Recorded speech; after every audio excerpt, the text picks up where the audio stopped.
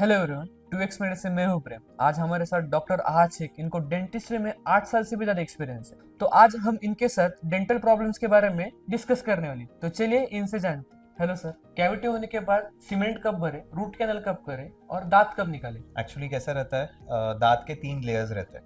First is enamel, second is dentin, okay. Third is pulp. अगर जो cavity हुई है वो इनामल में है या सिर्फ डेंटिन तक है तो हम उसको क्लीन करके सीमेंट भर सकते हैं। अगर वो कैविटी पल्प तक गई है तो फिर हमको उसका रूट कैनाल करना पड़ता है। और अगर दांत का स्ट्रक्चर ही पूरा खराब हो गया है जिसको हम बचा नहीं सकते रूट कैनाल करके भी, तो फिर हमको दांत निकालना पड़ता है। इम्प्लांट और रूट कैनल में डिफरेंस क्या है? रूट कैनाल और इम्प्लांट में ऐसा कुछ बेस्ट नहीं है, it's depends on the treatment. अगर हम दांत का स्ट्रक्चर बचा सकते हैं तो फिर हम उसका रूट कैनाल करते हैं, और अगर दांत का स्ट्रक्चर नहीं बचता है तो फिर हमको दांत निकाल के फिर वहां पे इम्प्लांट प्लेस करना पड़ता है। और कुछ कुछ क्लिनिक में रेट्स भी अलग अलग होते हैं। क्लिनिक के रेट्स एक्चुअली डिपेंड करते हैं 4-5 चीज़ों के ऊपर। फर्स्ट, जो भी हाइजीन और स्टरलाइजेशन प्रोटोकॉल जो फॉलो होता है उसके ऊपर। सेकेंड, जो इंस्ट्रूमेंट जो यूज करते हैं हम उसके ऊपर डिपेंड करता है। थर्ड, जो मटेरियल हम जैसे सीमेंट वगैरह रहता है उसके ऊपर डिपेंड करता है। जो डॉक्टर क्वालिफाइड, कितना वेल क्वालिफाइड है और कितना वेल एक्सपीरियंस है उसके ऊपर डिपेंड करता है। और कुछ कुछ क्लिनिक्स में 50% डिस्काउंट्स भी रहते हैं। 50% डिस्काउंट एक्चुअली ये सब मार्केटिंग स्ट्रेटेजी है। 50% ऐसा कुछ रहता नहीं है। एक्चुअली 50% का अगर आप ट्रीटमेंट ले रहे हो तो उनका ट्रीटमेंट भी 50% के हिसाब से रहता है, क्योंकि जो हमको मटेरियल्स वगैरह जो ट्रीटमेंट के लिए यूज होता है वो बहुत एक्सपेंसिव आता है। तो वो चीज़ 50% में करना इज नॉट पॉसिबल। अगर आपको 50% ही देना है तो आप जैसे चैरिटेबल ट्रस्ट रहते हैं तो उनके रेट्स ही कम रहते हैं। आप कोई डॉक्टर से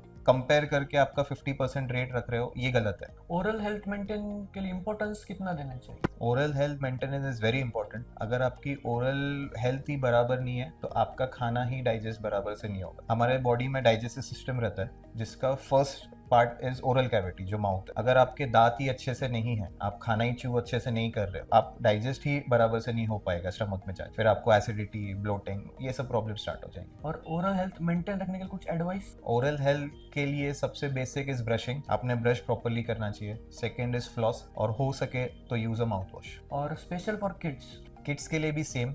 किड्स के लिए भी brushing is very important. Brush होना चाहिए। Recommendation is 2 to 3 times in a day. जो भी खाना चिपका हुआ रहता है, जैसे बच्चे आजकल चॉकलेट्स वगैरह काफ़ी खाते हैं, तो वो चीज़ अगर दांत को चिपके रही तो कैविटीज़ होती है। अगर वो प्रॉपरली क्लीन हो गए तो फिर कैविटीज़ वगैरह नहीं होती।